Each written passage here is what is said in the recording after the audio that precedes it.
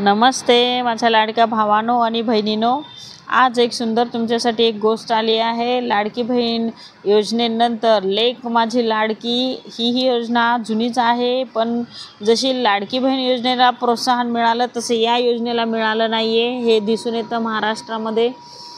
तर बहिणींनो, हा video skip न करता शेवटपर्यंत पहा आणि ही योजनेचा तुम्ही लाभ घेण्यासाठी तयार राहा। योजना ह्या आपल्यासाठीच आहेत, तर ही सुंदर संधी गमावू नका।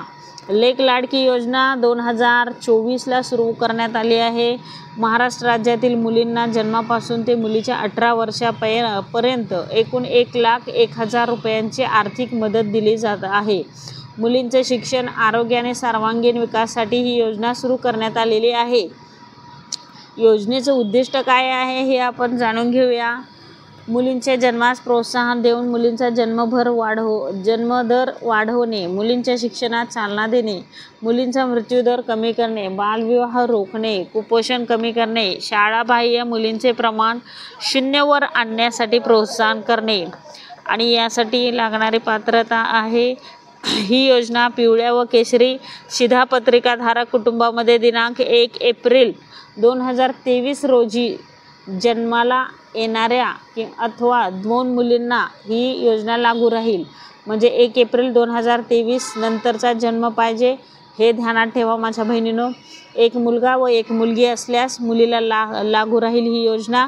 पहिल्या अपत्याच्या 3ऱ्या हप्त्यासाठी व अपत्याच्या 2ऱ्या हप्त्यासाठी अर्ज सादर करतेवेळी मातापित्याने कुटुंब नियोजन प्रमाणपत्र सादर करणे अनिवार्य राहील।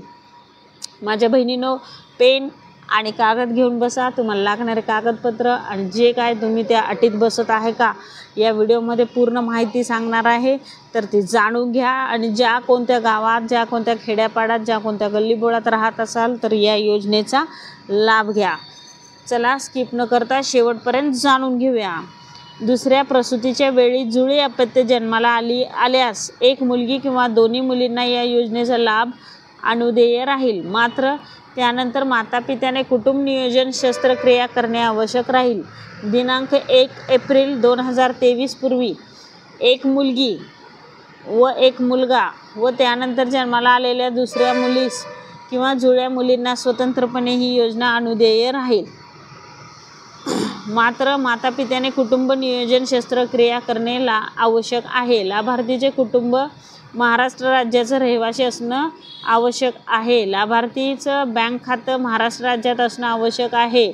लाभार्थी कुटुंबाचं वार्षिक उत्पन्न रुपये 1 लाखापेक्षा जास्त नसलं पाहिजे।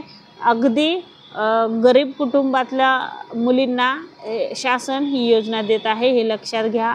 आतापर्यंत सोशल मीडियावरती अनेक व्हिडिओ आले महिलांनो, पण एवढी डिटेल बातमी कुठेच भेटणार नाही आहे। तर आज तुम्ही खरंच ही माहिती घ्या आणि या योजनेचा लाभ आजच घ्या। बघा, योजनेचा लाभ कोणाला भेटतोय? पिवळ्या व केशरी रेशन कार्ड कुटुंबात मुलींच्या जन्मानंतर 5,000 रुपये मिळणार। इयत्ता 6वीत गेल्यावर त्यांना 6,000 रुपये मिळणार, पण त्यांचं त्या राशन कार्डमध्ये मुलींचं नाव असलं पाहिजे। 6वीत गेल्यावर 7,000 मिळणार, 11वीत गेल्यावर 8,000 मिळणार। लाभार्थी मुलीचे वय 18 वर्ष पूर्ण झाल्यानंतर तिला 75,000 रुपये मिळणार। याप्रमाणे 1,01,000 एवढी रक्कम देण्यात येईल। आता यासाठी लागणारे आवश्यक कागदपत्र काय आहेत हेही जाणून घेऊया बहिणींनो। आवश्यक कागदपत्रे: लाभार्थीचा जन्म दाखला, कुटुंब प्रमुखाचा उत्पन्नाचा दाखला, वार्षिक उत्पन्न 1 लाखापेक्षा जास्त नसावे, याबाबत तहसीलदार किंवा अधिकारी यांचा दाखला आवश्यक राहील। लाभार्थीचे आधार कार्ड प्रथम लाभावेळी ही अट शिथिल राहील। पालकाचे आधार कार्ड म्हणजे आईवडिलांचंही आधार कार्ड लागणार आहे। बँकेच्या पासबुकच्या पहिल्या पानाची छायांकित प्रत, रेशन कार्ड पिवळे अथवा केशरी रेशन कार्ड याचीही झेरॉक्स लागणार आहे। मतदान ओळखपत्र, शेवटच्या लाभाकरता 18 वर्ष पूर्ण झाल्यानंतर मुलीचे मतदार यादीत नाव असल्याचा दाखला घ्यायचा आहे। संबंधित टप्प्यावरील लाभाकरता शिक्षण घेत असल्याबाबतचा संबंधित शाळेचा दाखला, बोनाफाईड सर्टिफिकेट लागणार आहे। कुटुंब नियोजन शस्त्रक्रिया प्रमाणपत्र अ येथील अटी शर्तीमधील क्रमांक 2 येथील अटीनुसार अंतिम लाभाकरता मुलीचा विवाह झालेला नसणे आवश्यक राहील।